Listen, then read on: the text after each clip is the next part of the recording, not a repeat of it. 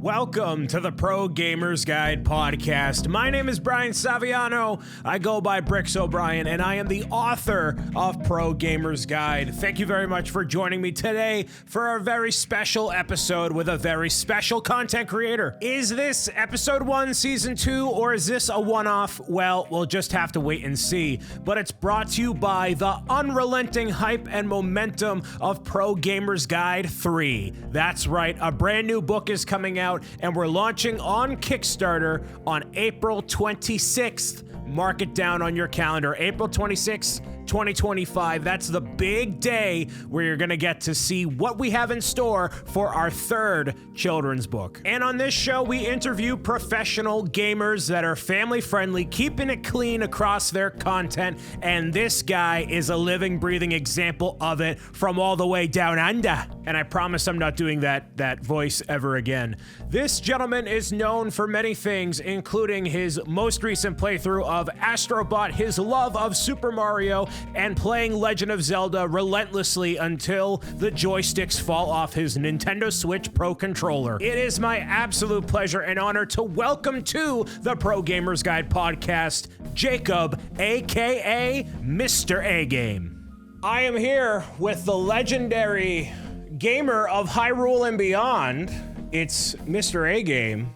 This guy from over across the pond, chiming in with me on what is it? Is it Saturday for you technically? It is Saturday. It is 11:35 a.m. on Saturday. How's the future looking, man?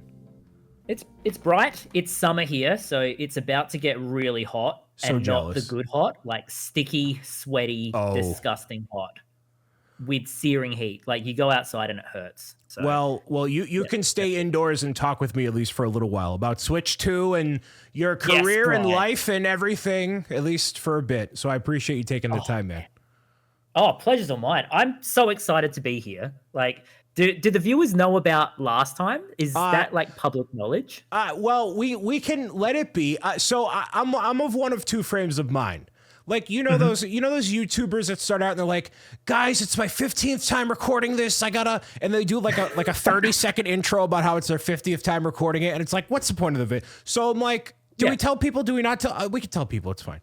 Okay. Well, look, normally, like, our standard of quality, I'm putting us both in the basket. Our standard of quality is pretty good. Things don't often go wrong with us. At least for you. Look, my stream the past few months has been abysmal. And then I found out it was a me problem and I was just putting too much stuff in OBS and I had to fix it by deleting everything. So often that's an anomaly though. And like we chatted a few months ago and I would not expect things to go wrong because like on the outward, everything you do is so slick and like you got the music, you got the themes, you got the giant D coming up on screen all the time. It's chaos. Things don't go wrong. How can it go wrong with a giant big D appearing on my live shows? It's so good. Some days I think, was this the right call? Should I have done this? Yeah, I guess so. It's fine. So yeah. So yeah, we for those wanting to know, we chatted months ago. Yes. Like, what was it? August, September last year, and and the recording just died. It something with OBS with like plugins and exporting, and I don't necessarily know. And in that time, there's like a new computer, new software, like all sorts of stuff that I've tweaked. So OBS has had several updates. This is the trials and tribulations of being a full-time content creator across multiple avenues. This is what happens. So for anybody, I never update anything. Yeah, aspiring professional gamers out there, you have this to look forward to where sometimes the software is like, you're not doing this today. And that's that. It just happens. So Yep. Pack it up. Try again. So yeah, we did this quite a few months ago, and we were in very different places in content creation and life and perspective and videos and live so this is why this conversation is so awesome to have now, especially with the reveal and a forthcoming release of Nintendo Switch 2. Very excited. And I know you are too, right? You're excited. Baseline. 100%. Okay. I've like for me, when the Switch 1 released, I was still working as an after-school care director. I took a day off because YouTube was my side hustle. And so like that was it was the little league. But Yeah. now this is a brand new console reveal and I play Nintendo games for a job.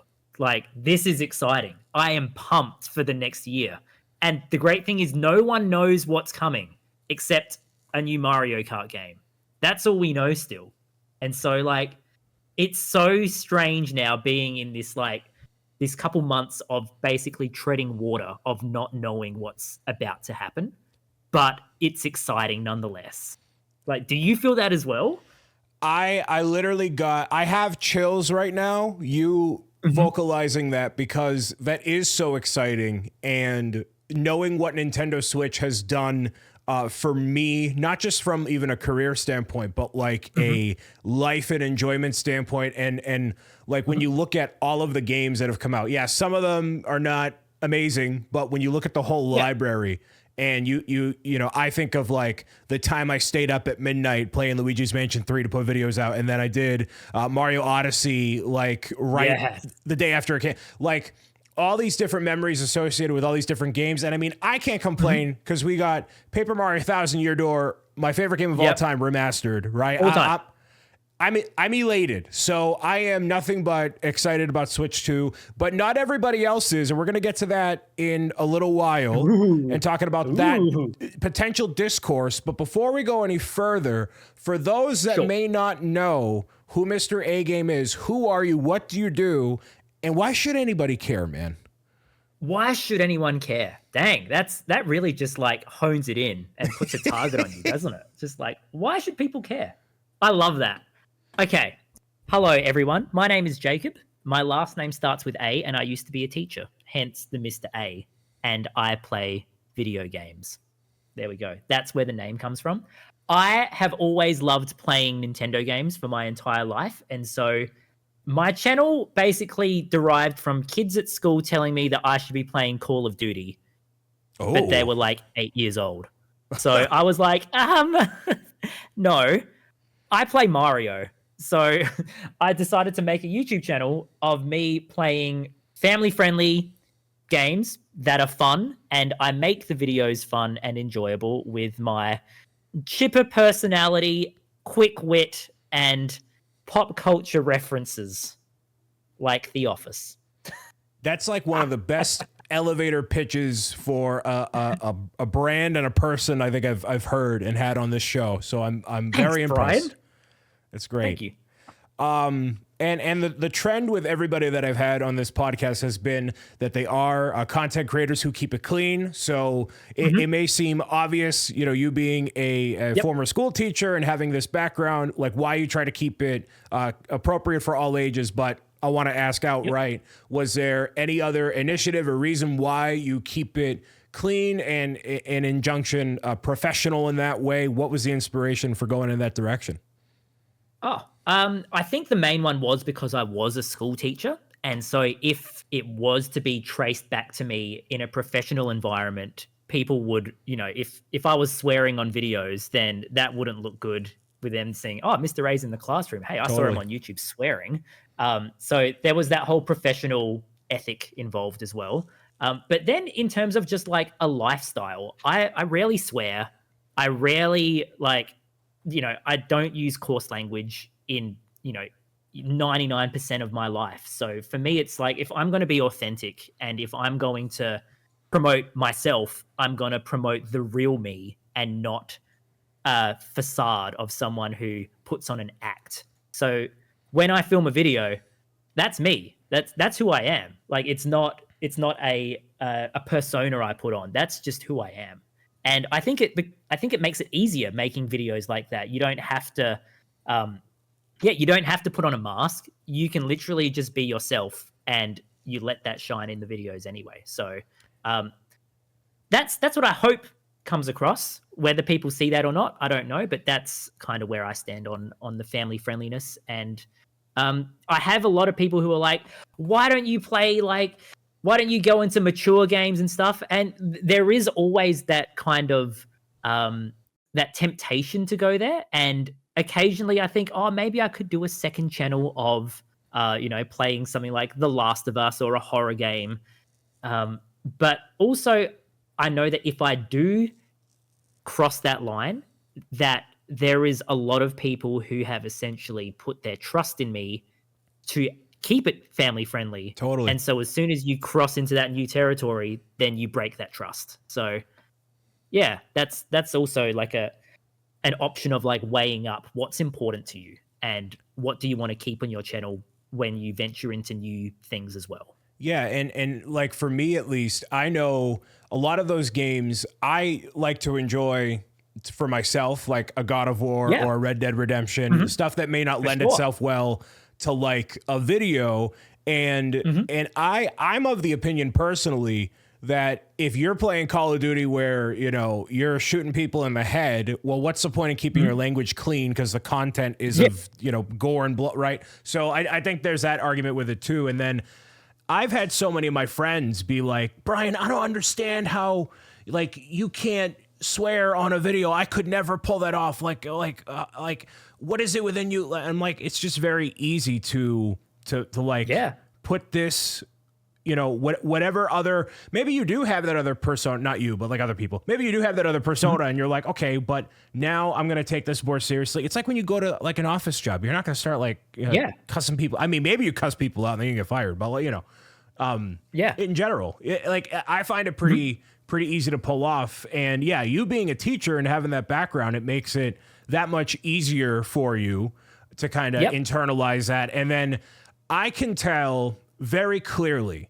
that you are yourself in the live streams and videos because you are not afraid to like mess with the chatters and the commenters a little bit and like playing off of them with like the close-up cut-ins to your face, and you have like love some those cuts. Yeah, and like I might have the big D, but like you have like the office cut-ins like live in real time, and like if you were not yourself, maybe you're like, oh, I gotta tread this water and not whatever, but you're still able to be yourself even in real time, which is even more impressive in my opinion.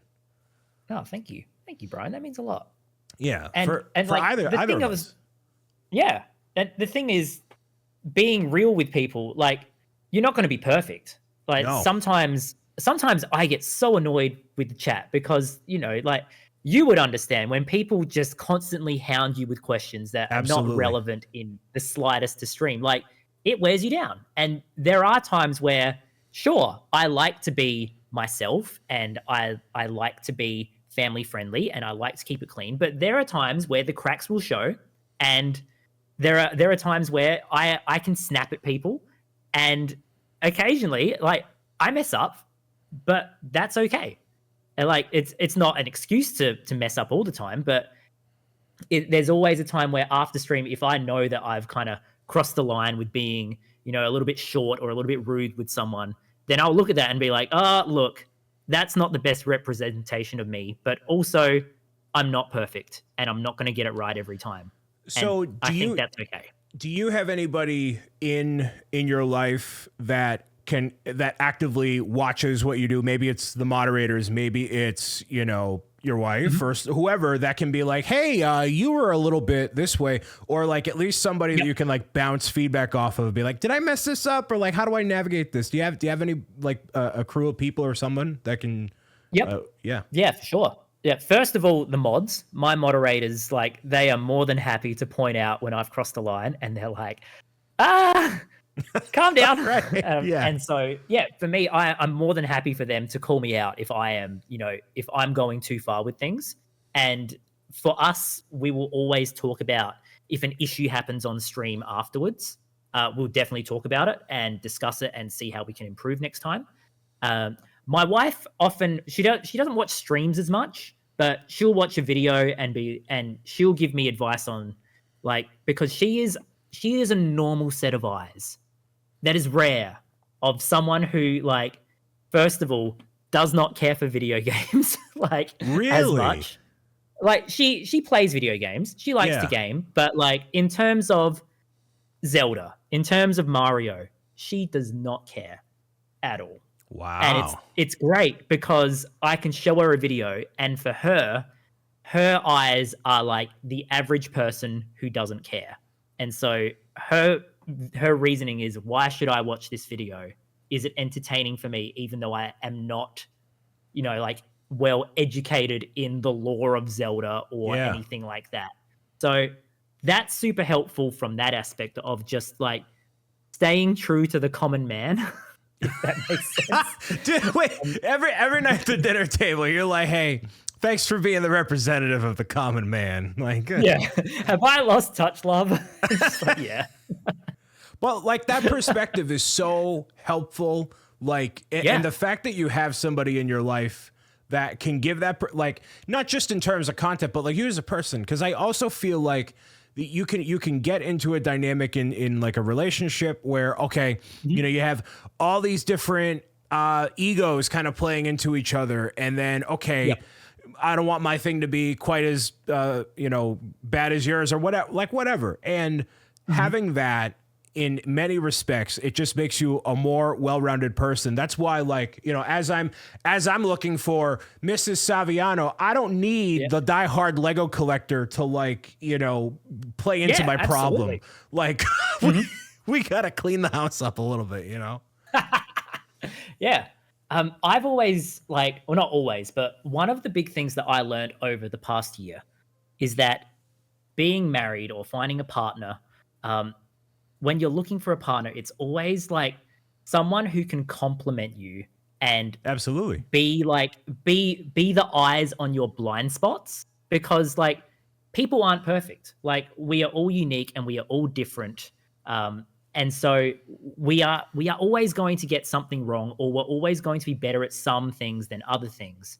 And so finding someone who can essentially round you out or be there to know where your weaknesses are and to help strengthen you in that by working as a team, fantastic.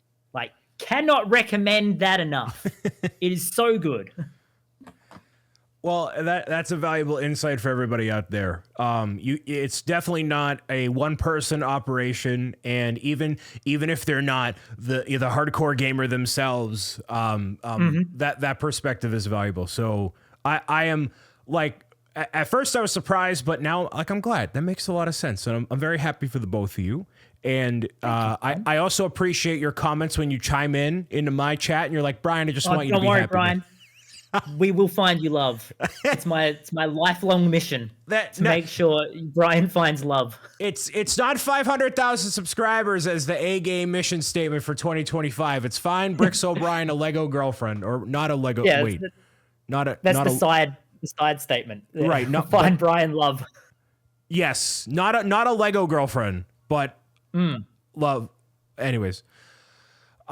So yeah, since we last talked, you were all about Legend of Zelda, and trying to navigate this time period of wanting to try new things. And then magically, Game of the Year, Astrobot did a little bit to shake up the channel and shake up your perspective. I have only just started playing it and I am in love with it.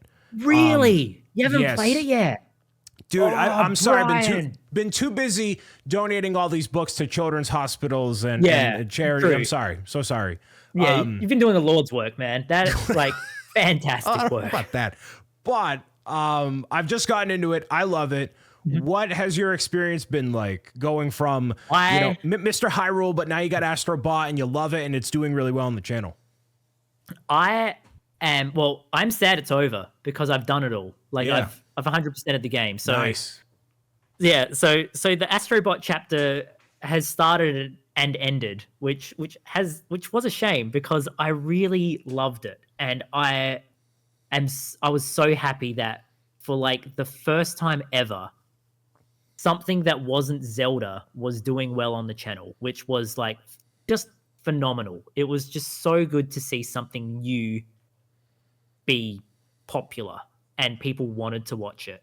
And so I don't know, I feel like since it's finished, I have kind of regressed and gone back into my Zelda bubble because there hasn't been anything new that's been like Astrobot. Like, it was Game of the Year, first of all, so that had that going for it.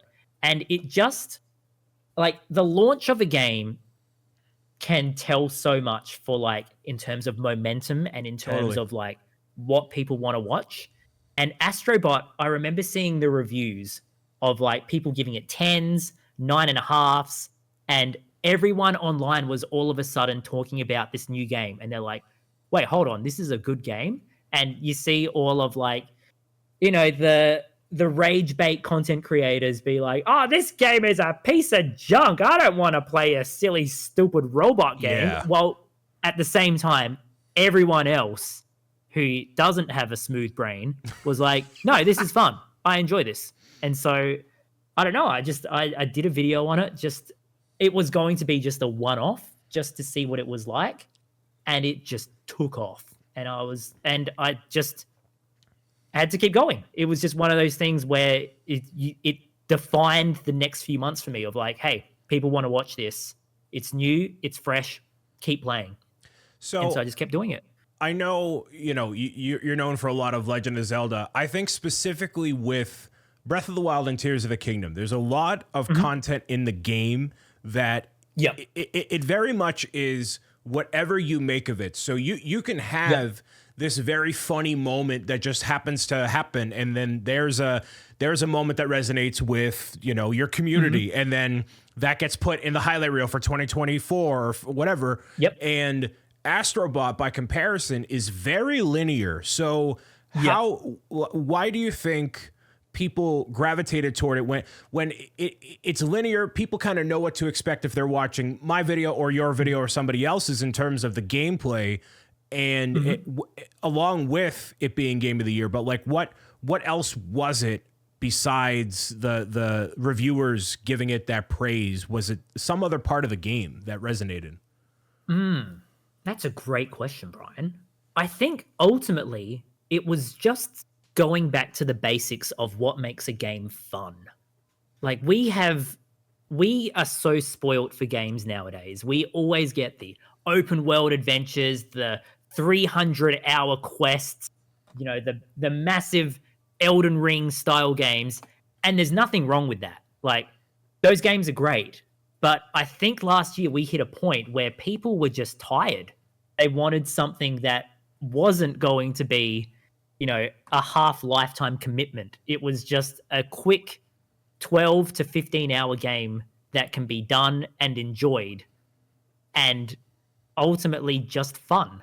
And I think that's kind of what was special about Astrobot, was that in the world, in the big sea of live service and open world, it was just not that. It was unique to the point where, people are comparing it to Super Mario Galaxy. Like, that's the greatest game of all time, Brian. of all time. Like, I saw so much DNA from all these different really well-aged and well-respected platformers. So I saw Galaxy right when we jumped on. It was like a ball. And I'm like, this is the rolling Galaxy where you're, changing with the Wiimote and whatever. And I wholeheartedly agree. What like really resonated with me, like in this sea of games, like I'll say it, Black Ops 6 now, which seems very cash grabby or not polished, and kind of losing the sight of why people went with it in the first place. To play a game like Astrobot, where every single thing about it oozes in the charm, from the animations of the different Astrobots when they take on their different personalities, the different textures of all the different materials, and as you're navigating them with the rumble and the PlayStation 5 controller, you can tell people really, really, really cared. And the only company, labor of love. The only other company that I feel like puts that amount of love into stuff is Nintendo. And even then, it doesn't happen all the time, because then we get Pokemon Scarlet and Violet that looks like a pile of dog doo-doo. So, and I know it's a Pokemon company, right? But it's whatever. So that's why I was all about it. And we got Ape Escape as the first boss, and that, like, we need a new Ape Escape game. I'm all about it. It's so good. And just like, the callbacks, like Yeah. the callbacks of all these franchises, just like having a little cameo. It was fantastic. Like for me, who doesn't often play a PlayStation game, like I play things every now and then, so I know a few things, but like I reckon half the bots I didn't know who they were. Yeah, And so for same. me, it just kind of opened the world of like, video games are meant to be celebrated, and it's not a competition. Well, like it is a competition, but at the same time, you can work together and like you can show off other people's creations, and you know ultimately they all come under the same company, but those things are worth celebrating the journey that every franchise has been on. And I agree. and that's beautiful. That's video games. Yeah. It's great. And it goes beyond just, it's not just nostalgia bait. It's paying respect to everything that came before it. And arguably, Astrobot is a big, giant PlayStation 5 advertisement. Even though you already bought the console, you're literally reassembling the thing, right? Yeah. And even in the demo, Astro's Playroom, same sort of thing, right? But they just took it to the maximum extent, and it just makes me want PlayStation to make more games like this, and they just refuse to do it. Like we get the dark and gritty, and like I am very much, I'll watch movies that are very heavy. I'll read something that's very heavy. I don't want my video games to be that experience for me. Like God of War, Red Dead Redemption are about the level of emotional levity that I kind of want out of a game. Like Last of Us Part 2, coming out during lockdown, absolutely not. 100% not going to happen. So what's it going to take for PlayStation to look at the sales of Astrobot and be like, maybe we could put Jak and Daxter back not with Naughty Dog, but another company. You know what I mean? Like, what's it going to take? What should they do? Well, have you played Ratchet and Clank Rift Apart? I have, yes. Dude, incredible game. Yep. I loved that game. Like, if I were to play another PlayStation game for the channel right now, like if, someone holds me at gunpoint and is like, more PlayStation now, and, I'm whimpering, oh no, please, and then I'll just be like, oh, okay, I'll play Ratchet and Clank Rift Apart. Sure. Like, we need more of that. Like, Astrobot, Ratchet and Clank, like, those are games that everyone can play, and they are just so good. And they are enjoyable, and they are fun, and like we do see good games from PlayStation. 100%. They're there, but it's not the games that everyone can play. Yeah, We need more, just a little bit more. Like Jak and Daxter, bring him back. Well, yeah, okay. So Jak and Daxter 1. I really, really like. I replayed it in the past, I think 5 years. I did a playthrough of it. And then I went to go replay Jak 2.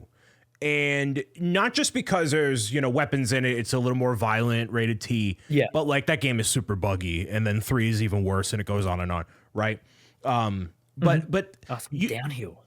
Yeah. Like you can see all of these PlayStation mascots in Astrobot, like Crash and Spyro, which aren't really PlayStation, whatever, same idea. And Ape Escape and whatever. Like, there's such a strong library they can pull from. So is there one of those franchises you would want to come back in full force? Like, I want Ape Escape to come back? I reckon it would be Jak and Daxter. Like, I've never actually played those games aside from going to my friend JP's house for a sleepover and playing, I think it was Jak 2 for like 3 hours. Yeah. I had no idea what was going on because I hadn't played the original. No idea whatsoever, but I was having the time of my life. 8-year-old me was just like, this is the best. I can't get this on the Nintendo 64. Right. Like, it was just a new character with some rodent friend who was cool. And 8-year-old me connected with that. And I never got to play another game since. And they don't make them anymore. I think I would play that. You would thoroughly enjoy the original Jak and Daxter. 2, like I said, it gets buggy, it gets repetitive, and I'm like, ugh. Like I replayed it, tried replaying it in the past 2 years, and I couldn't do it. But Jak and Daxter 1, if you can get it on PlayStation Network, whatever, I think you would really, really enjoy it. Maybe not videos on it, whatever, but if you got, next time you take a break or whatever, like highly, highly recommend it. Keen. Sounds good. I probably will. Yeah, man. We have all this PlayStation talk, and they're full steam into PlayStation 5. And you know what? The PlayStation 6 is going to happen before we know it, even though I don't think they can really justify a 6 because there's not a ton of games on it. But Brian, guess what? What? The PS5 came out 5 years ago. It's kind of wild, man. That's nuts. Like, that's insane. Like, I know it came out the end of 2020 and we're in 2025 now. So like really it's 4 years. Yeah. But in terms of numbers, we're in the 5th year now. I feel like it was just yesterday where scalpers were running amok and no one could get one. It's been like 3 years since then. Isn't it crazy? But tell me this, isn't it even crazier that it's been 8 years since the original Nintendo Switch has come out? Yeah, 8 years, man. 8 years on a tablet console that is running a 2015 chip. Amazing. Yeah. Like, credit where credit's due. They have squeezed the life out of every ounce of power that they could possibly give. That's insane. And now we have Nintendo Switch number 2. Not the Super Switch, not the Super Duper Switch. Nintendo Switch 2. Nintendo Switch. Yes, it is going to release in 2025. They at the time of this recording, they've only done the initial showing of hardware, no specs, no games other than this forthcoming Mario Kart. We don't know the title, we don't know the circumstances, whatever. This was the worst. I would dare to say the absolute worst kept secret Nintendo has ever had in their history as a company. It's up there. I'd say. What else have they leaked? See, like the original Switch, everyone was taught. Do you know the picture of the NX? That round garbage, the oval with the nubs on it. Junk. Yeah, with the nubs and the screen that takes up the whole thing with the with the joysticks in the middle. That picture. No one leaked the original Switch. Yep, it's amazing, and this is just like the complete opposite of people knowing what it looked like in September. And so that's one aspect of it with the leak culture, which you did a really good video on. So I recommend people check that out to hear that perspective. And a lot of it I agree with. I am very desensitized to things leaking because in the Lego realm, literally everything leaks. I can tell you all of the big sets coming out for 2025 right now if I wanted to. It's just a matter of what happens. So I was not surprised or I'm just used to it, you know, unfortunately. Yeah. Question with that. Are there Lego creators out there who kind of feed off of this leak culture? Oh, of course there are. Are you kidding me? Of course. So there's either one of two content buckets and creator buckets you fall into. You either become you're the die a hero or you live long enough to see yourself become the villain. I mean, kind of. So you either want to be in the Lego Ambassador Network, which means you get to, you get access to designers through interviews on Lego sets. They have fan media days. You can go out to Denmark and see all the new stuff months beforehand, whatever. Or if you really don't care about that and you're just about, traction and your own whatever, and not having a relationship with the company, you can absolutely just leak everything. Now the ninjas will come after you if you show certain imagery, but if you just put the text out with a generic image of the Starship Enterprise from Star Trek saying, here's the set number we think it is and the price, they can't come after you. So that's what a lot of people do. Ah, right. So it kind of reflects Nintendo a little bit in terms of like, if you say too much, they'll find you. Don't worry. Yes. Sleep with one eye open. Imagine like it's not just the Switch 2 console. Imagine it for every single game. Like, imagine if you saw an Instagram post and it was some clown who said, we are getting the next entry in the Splatoon franchise. It will have 5 new weapons and a new story based around technology. Like, it's kind of vague and like, of course we're getting a new Splatoon, but like, you spoil it. All right. It's a lot of that stuff. Yeah, that's a bit sad. Yeah. And because like it's Lego, it's not a piece of media that you can consume and play and interact with. It's more of just like it's a set you build. And so once that's spoiled, what else is there? Yeah. No. So fun. I don't know if you knew this or maybe we talked about it last time.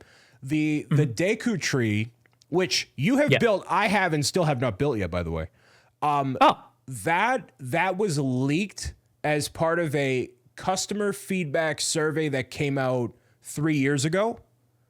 Ooh. So people were waiting for Lego Legend of Zelda for like 2 or 3 years and just waiting. And what's funny about it is in that same customer feedback survey, there was a giant Simba from Disney's Lion King, which was absolutely true. There was like a Snow White. I think it was a Snow White house cottage. That was everything a part of that survey came out and was real, and the tree was the last thing. So the people knew. They've kind of just shot themselves in the foot then. If it's a customer feedback survey, then of course they're going to be expecting it. Well, it had like the watermark on it, and I ticked this checkbox, therefore I will not share anything. Of course they are. Oh yeah. Of course they're going to share it. Yeah. So with all that out of the way, Switch 2, when are we thinking it's releasing? I have thoughts, but when do you think it's coming out? Ooh. See, okay, it can either go one of two ways. So, like, if we look back at the original Switch, which 8 years ago, times have changed. Yeah. Like, they had their Switch presentation, like, January 10th, I think, or early January, they had their presentation, and then the Switch released a couple months later. It could be the same. I hope it's the same. I hope it's a quick transition, because we don't have a ton of games lined up for the original Switch. And out of those original games that are coming, which ones are going to be cross-platform as well? So like, I think we've only got like 3 games on the lineup. We've got Pokemon Legends ZA, we've got Metroid Prime 4, and I think there's another game slated as well, but I don't remember which one. Yeah, but there's not many. But I don't think Nintendo would have announced it by now if any of those were coming out between now and the time of Switch 2. I don't think that's going to happen. So they're all going to end up being, up-resed or whatever for Switch 2 or exclusively for Switch 2, whatever, Yeah. Surely Metroid Prime 4 is an OG Switch game. Like a cross-platform, probably. But like they can't do the Metroid fan base, dude. Right. Yeah. I agree. They've said. Yeah. But Pokemon Legends, have they said it's going to come out on Switch? Pokemon Company always goes to their own drum, right? So I don't know. I would certainly hope it is Switch 2 because, man, Pokemon Company, they got to know how to run a game, dude. Like, hopefully. I would hope so. So with that, their presentation is in April. Maybe June, if we're lucky, late May. That's what I was thinking. But yeah, the skeptic in me, though, I would probably say late June, early July. Well, all of the experiences they're holding worldwide, they conclude, I believe, as of June 1st or 2nd. So I'm assuming... Oh, cool. Yeah, they're going to... Like, all of them are done worldwide. So I believe that they would wait until all of those are done and then, do the thing. For sure. Brian, did you enter the lottery? I did enter the lottery for the Switch lottery, not the actual, lottery. This is family friendly. No gambling. Yep. No gambling. I entered for Sunday at 2:00 on in New York. So nice. So ours in Australia is on May 10th and 11th. So that's in Melbourne. So I'm going to have to take a flight or an 8-hour road trip if I want to go play the Nintendo Switch 2. I forget. Are you a Nintendo ambassador? Do you have any leeway with that at all? Absolutely not, Brian. No, really? I thought you would be. No. So my mistake was in 2021 playing modded Breath of the Wild content. Oh, naughty. I know. So now I am trying to get back in their good books. I haven't touched a modded game in about 2 years now. Yeah. But I feel like my my actions are futile. Like, I'm pretty sure with Nintendo, once you're in the book, you don't escape the book. So it's like the Death Note. Once you're in, you're done. It's out. Yeah, they ain't getting out. So now I'm kind of at a crossroads. So, like, you know, I'm at the point where they don't care. They're not gonna give me any free Nintendo Switch 2s to review or anything like that, or they're not gonna give me games, which is fine. Like, I don't mind. I've made my bed. I'll sleep in it. Sure, yeah. But now it's like, do I just do modded stuff again, or do I see that's the same do methodology I with the walk leakers and stuff. Same idea with Lego, right? You know what? Once you already kind of dip, you know, but I don't know. I'll think about it. I'm not sure. It's like maybe not. But like, regardless, you have your appointment. Or I'm sorry, not locked in, but like, you know, ideally you get there. Hopefully, fingers crossed. We have Mario Kart, which is very clearly a brand new Mario Kart with very clearly 24 players. Very nice. Yeah, I'm so excited. I think you saw, and I think a couple other people saw. Is the Wonder Flower in there? Is that a thing? See, I don't know. See, now I'm second guessing. For me, when I looked at it, it looked like a Wonder Flower, and I'm like, this is cool. Like, you're not the only person to say that as well. Like that's kind of happened a few times. People have said it. Sense. But also at the same time, a lot of people online are saying, no, could be a fuel can. So people have pointed out all the carts, if you look closely on the carts, they have very obvious fuel tanks. It could be that. I'm not saying it is. So people listening to this, don't quote me on this. I have no idea. I don't know anything. I am just as a rabid speculator as you guys are, trying to pick it all apart. I don't know. But it looks like a Wonder Flower as well. So if someone hits it, does it change for everyone? Does the track just go on an acid trip? I don't know.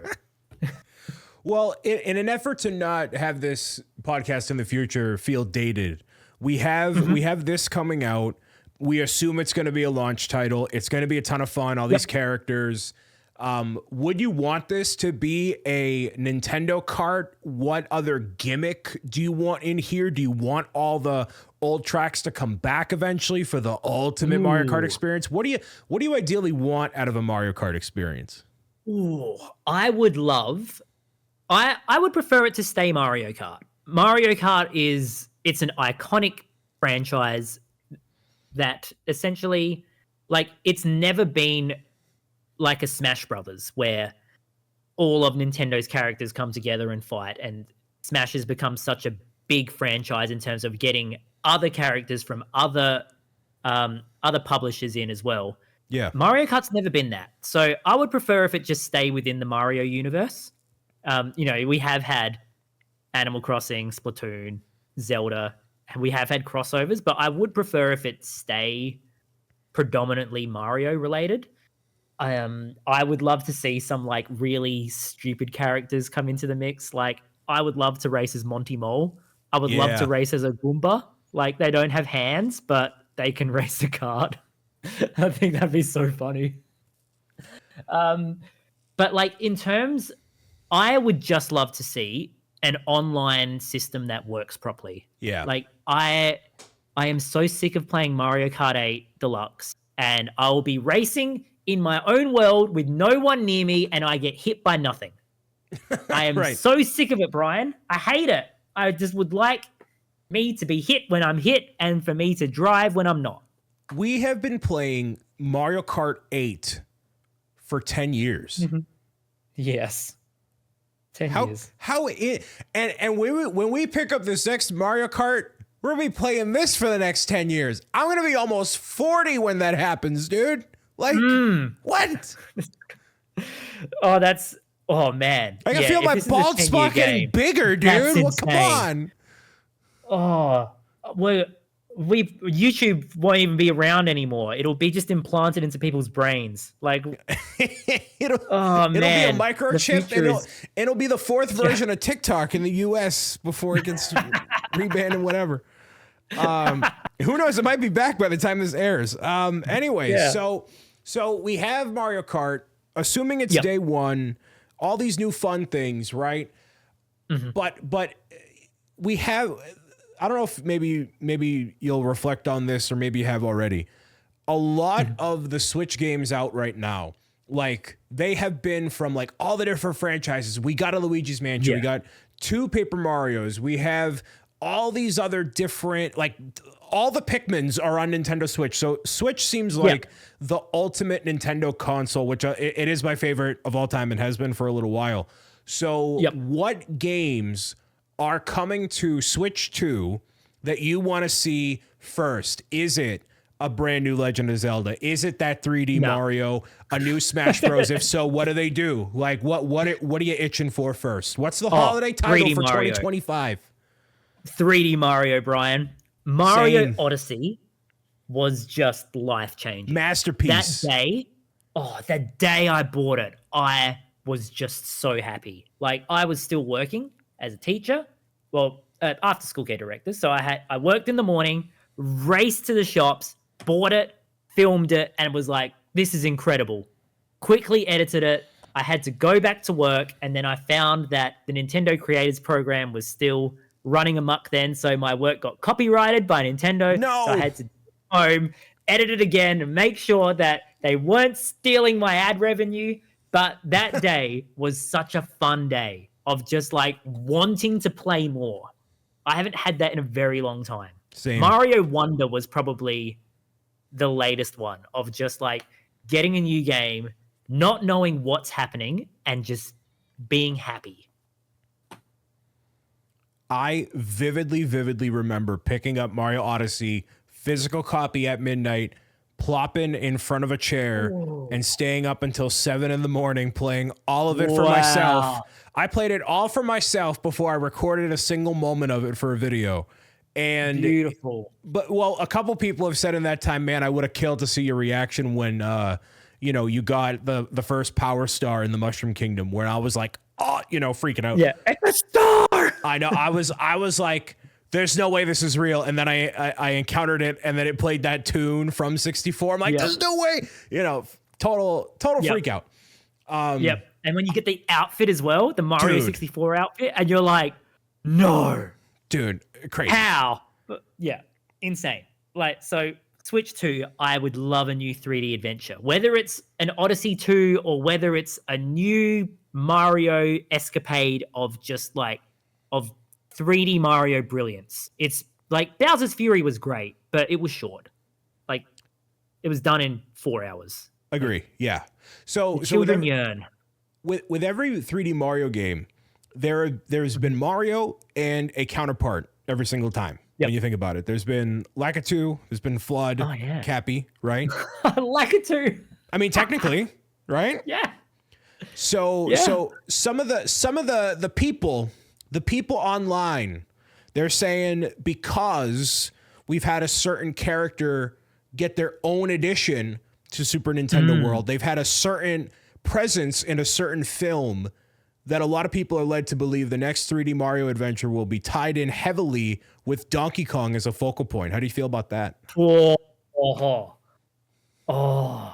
Mario right the wrongs of Donkey Kong 64? What? That would be... I'd be keen. I'd 100% be keen for that. I don't know if I would be. Yeah? Why not?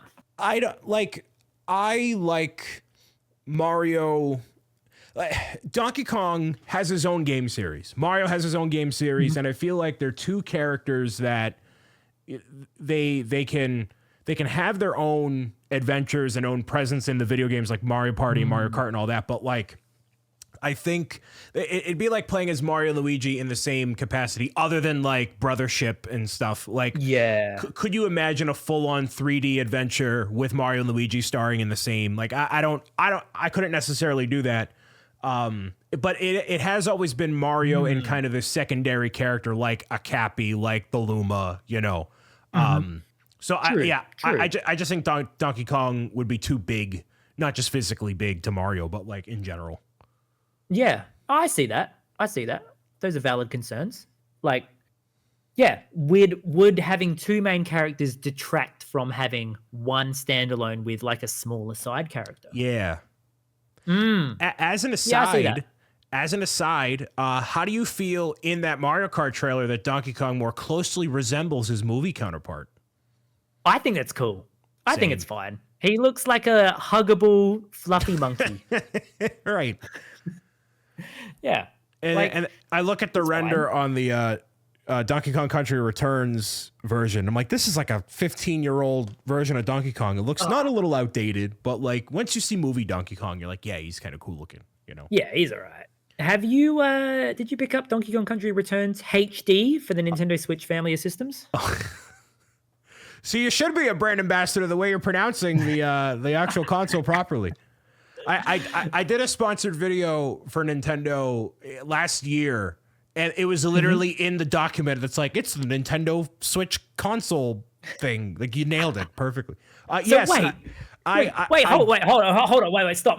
Like, you work with Nintendo. You're in. Brian, you're in. Well, hold on. So we'll talk a little bit about it after the show, but Okay. it was a company that reached out and was like, hey, Nintendo wants to showcase third-party titles. Would you want to do this? And I did it. And I featured Undertale, Just Dance, and A Hat in Time. Yep. And I involved Cuddles the Penguin learning to find her rhythm. So I tied in my original character with the Nintendo sponsored video. It went really well. Yeah. Lovely. That's great to hear. Yeah.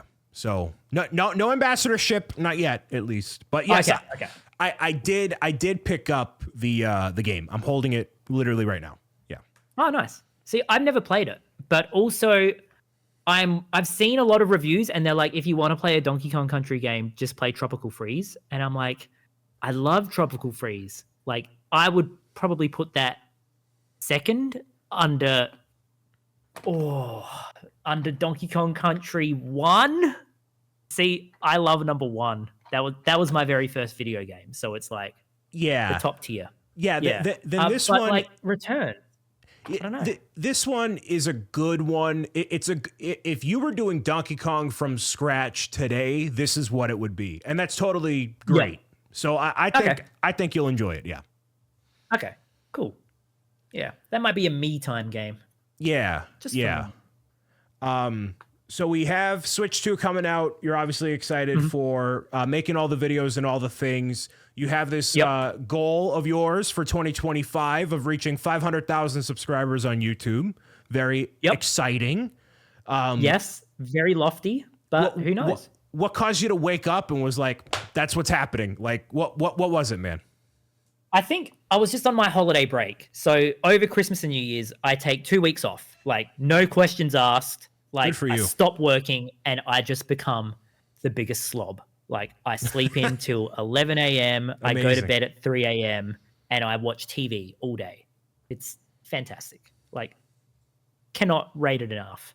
But during that time, when I wasn't just like thinking about work constantly, I was just had a quick thought of like, what do I want to do this year? Like, how is this year going to be special compared to all of the other years? Like, sure, the Switch 2 is coming out, but like for my channel specifically, I think it'll be cool if we reached a certain goal of 500,000 subscribers.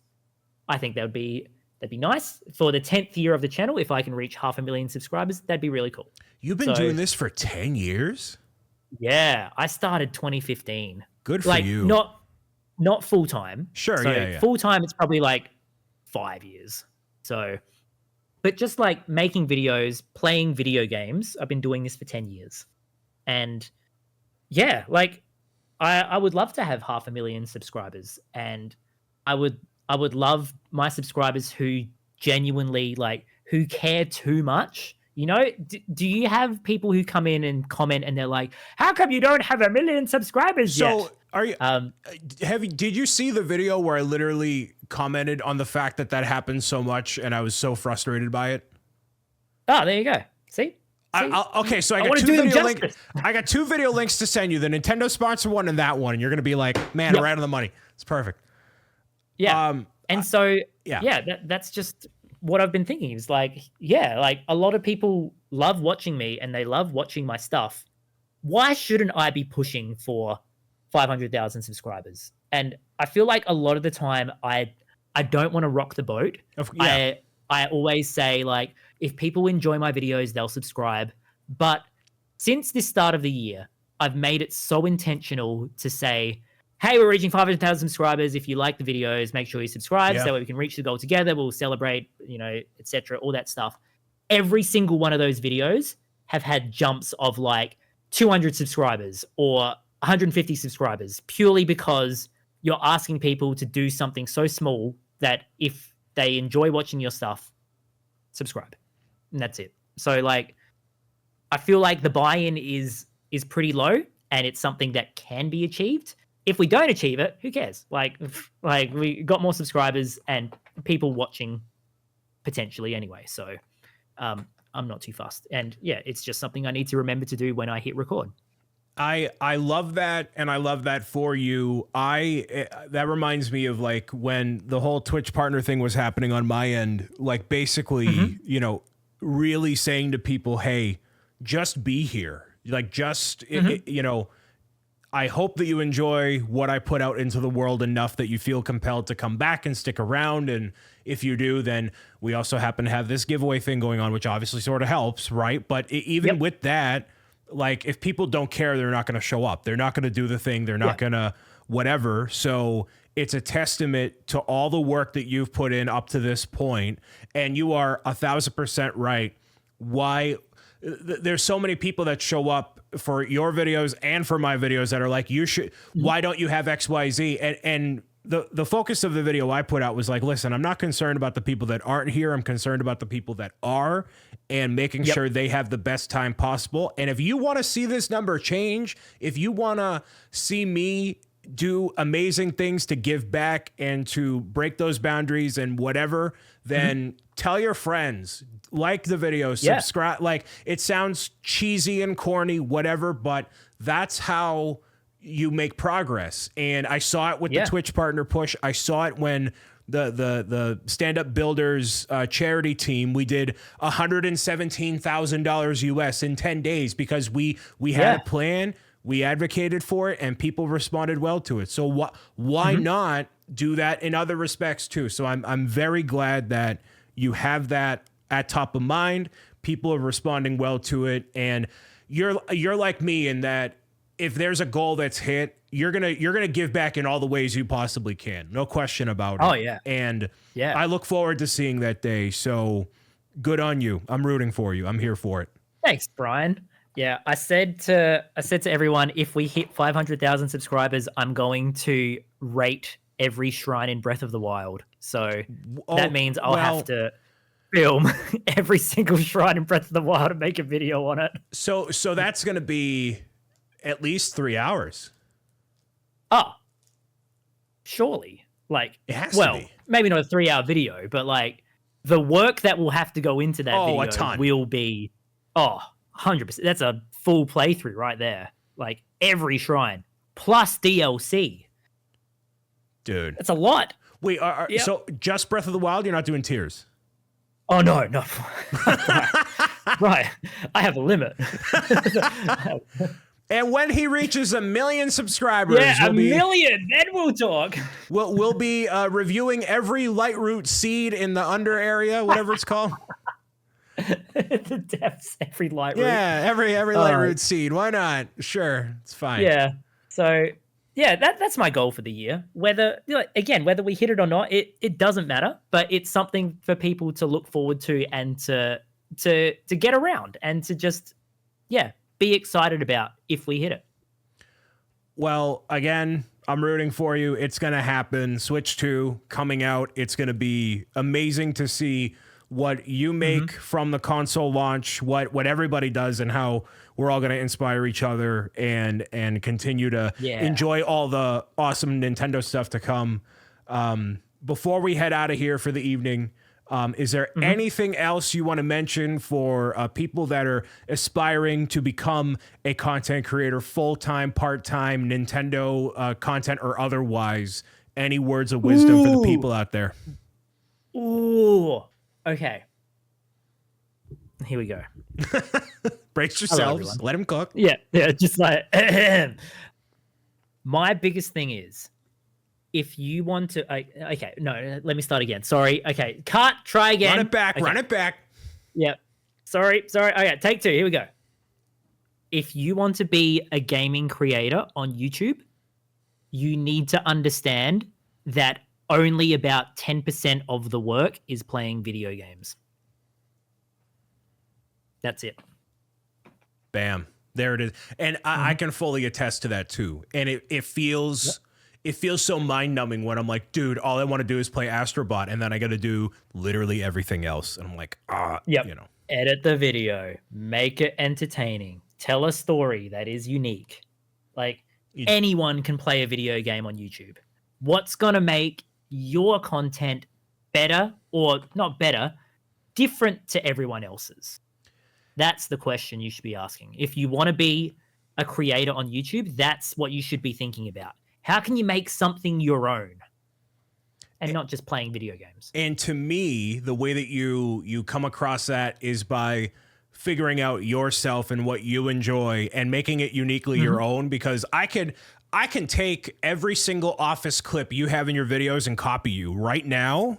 But 100%. But like, that's not me. I want the Office Lego set, but like, you know there's an Office Lego set, right? You have it, right? Yeah. Right. I don't have the Office Lego set. Why do you not? Hold on. Why do you not have it? I didn't want it. I thought, I like the Star Wars sets better. I like this. What do you mean? You put the Office in every video you've ever had. What are you talking about? I know, but it doesn't have the annex. Okay, you can get the parts for it on Bricklink and custom minifigures. No, it's not the same. It's not the full set. I can't believe we're ending this podcast on this note. I'm sorry, Brian. This is unbelievable. I have failed you. But also, I have too many sets, and we don't have a lot of room in the house. So I need to be very careful about the sets I pick up. I wanted to get the Super Mario World set, and I haven't got it because I don't have any room. I don't have room, Brian. So like the next big Lego set that comes out, like the Game Boy, I probably won't get the Game Boy unless it's small. It's going to be the size of a Game Boy. Of course it's going to be small. Oh yeah, I could get that. No worries. But like a big set, what if they do Hyrule Castle? Brian, I don't know what I'm going to do. I'm going to have to do something. I'm going to have to either start renovating the house, which I've been delaying for years and years on end because I'm such a typical, like, old school Italian stinge who never wants to spend any money on anything ever until, like, the roof is caving in. I don't want to. And so, unless it's a Lego set, but I don't have any space. Well, luckily, once you hit 500,000 subscribers, you're gonna get a little nice boost in revenue, and it'll be exactly. Be good. Yeah, that's true. I will have truly lost touch with the common man by then. Yes. So hear that, everybody. Please subscribe so A Game can have an addition for his house, so he can house more Lego. There it is. The Lego room. Dude, that's how it starts, my guy. The Lego. That's it. And then listen, you can buy the Legos, and then you can do videos on them, and it's a tax write-off, and you could become Mr. Oh man, you could be Mr. B Bricks. How about that? Boom, done. Mr. L Game, Mr. Lego Game, or that, whatever. You're good at your branding. You figure it out. Actually, no, Mr. L Game won't work. People will L plus ratio plus bozo me, and then it will hurt my feelings. So, moral of the story is go subscribe for Switch 2 content. Mr. A Game, thank you very much for being on the show. I appreciate you, man. Oh, Brian, thanks for having me. I love chatting. Like, hanging out with you is like highlights of my year. Just like stop it, Jacob. Oh my goodness. Oh my. Having a laugh, asking about your love life, and then everyone else laughs, and I'm like, no, really? All right. Yeah. All right. Well, we'll keep you updated. Update 6 months from now. All right. Whatever. Yep. No worries. We'll check in then. But yeah, go. I love being here, man. It's been a pleasure. A massive thank you to Mr. A-Game for being so emotionally invested in my love life and for being on the Pro Gamers Guide podcast. Make sure you subscribe to the channel for even more awesome videos from the Pro Gamers Guide universe and beyond. And remember, April 26, 2025, that's when Book 3 is going to be on Kickstarter. We hope to see you there and support our next adventure into a whole new world. And if you made it this far, let me know who should be on the Pro Gamers Guide podcast next. I gotta be scheming for maybe a season 2, who knows. But until then, keep being awesome. I appreciate all your support and best of luck in your next gaming adventure.